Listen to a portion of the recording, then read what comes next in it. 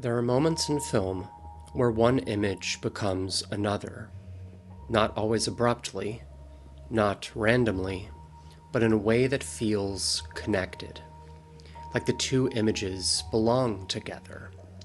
Sometimes that connection is subtle, and sometimes it changes the way we understand everything we're seeing. This is Beneath the Frame, where we take a closer look at how film creates deeper meaning.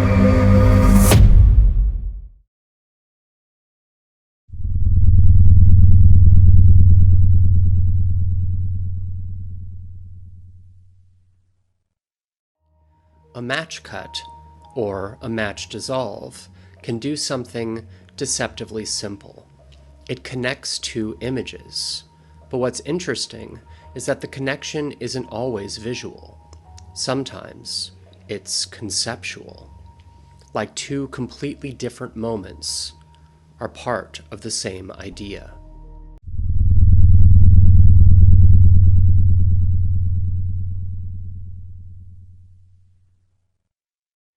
In Singin' in the Rain, there's a moment where Dawn sees a beautiful woman across a crowded room, and then the room begins to change. The people disappear, the space empties, the world transforms, but neither Dawn nor she moves. The image matches, but the reality shifts, like the space around them is no longer real, but imagined. Later, another match dissolve. Dawn's face becomes something else. A billboard. An image of him within a film. And again, the match connects more than just images. It connects realities. What feels like a moment begins to feel imagined. And perhaps that imagination doesn't stop within the film itself. The image we're looking at, the film being advertised, even the story we're watching, can start to feel like part of something larger. Like the match isn't just moving us through Dawn's perspective, but into what has been created as the realization of the creator's dream. And when a film uses a technique like this more than once within the same film, those moments can begin to speak to each other, not just individually, but as part of the same idea.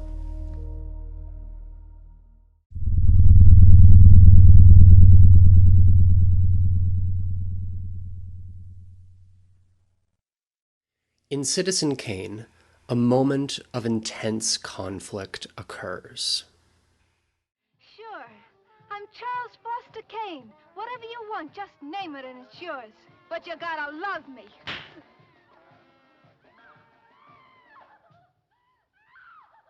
Don't tell me you're sorry. I'm not sorry.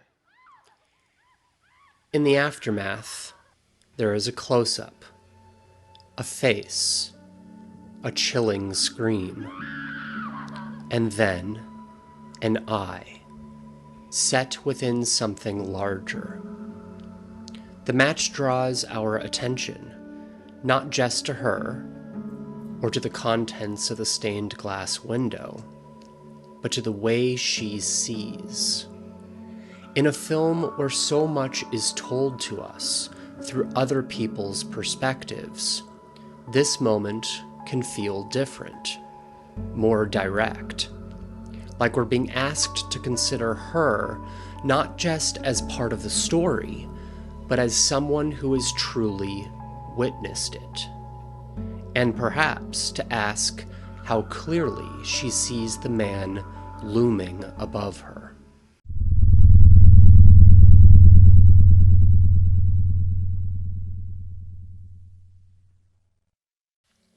Sometimes, the act of seeing can extend even further.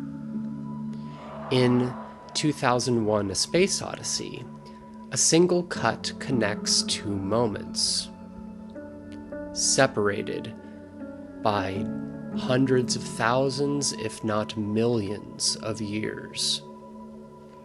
On the surface, it can feel like progress, evolution, change. But the match suggests something else, that the object hasn't really changed, only its form. It is a tool, a weapon, hurled into the sky. And once that connection is made, it can begin to change everything that follows.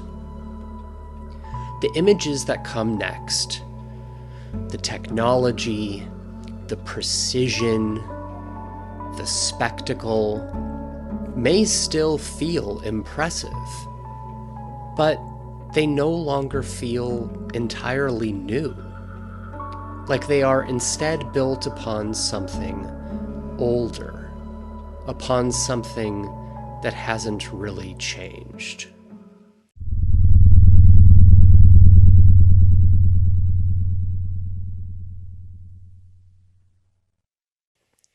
Sometimes that same idea appears in a different form. In Sinners, a figure leaps into the night, higher than should be possible, and then another leap, grounded, human. The images match, but what they represent feels very different. One suggests power, myth, something beyond the human. The other, something real, something shared. And it can start to feel like the match is asking us to question which one truly rises. Later, a man goes to open a door, and then another opens. The images match. The spaces mirror each other. But what they carry feels very different. One arrives with old ideas, with force, with something imposed, a presence that takes.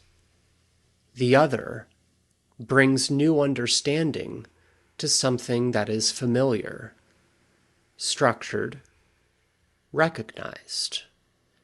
And when placed side by side, it can start to feel like both spaces are offering something, but in very different ways. One claims authority, one claims belonging. But earlier in the film, we've already seen another space, one built through music, through movement, through people sharing something real. And when these moments begin to connect, it can feel like the film is asking us to reconsider not just where people gather, but where something meaningful actually happens. Which space holds power, and which one creates it.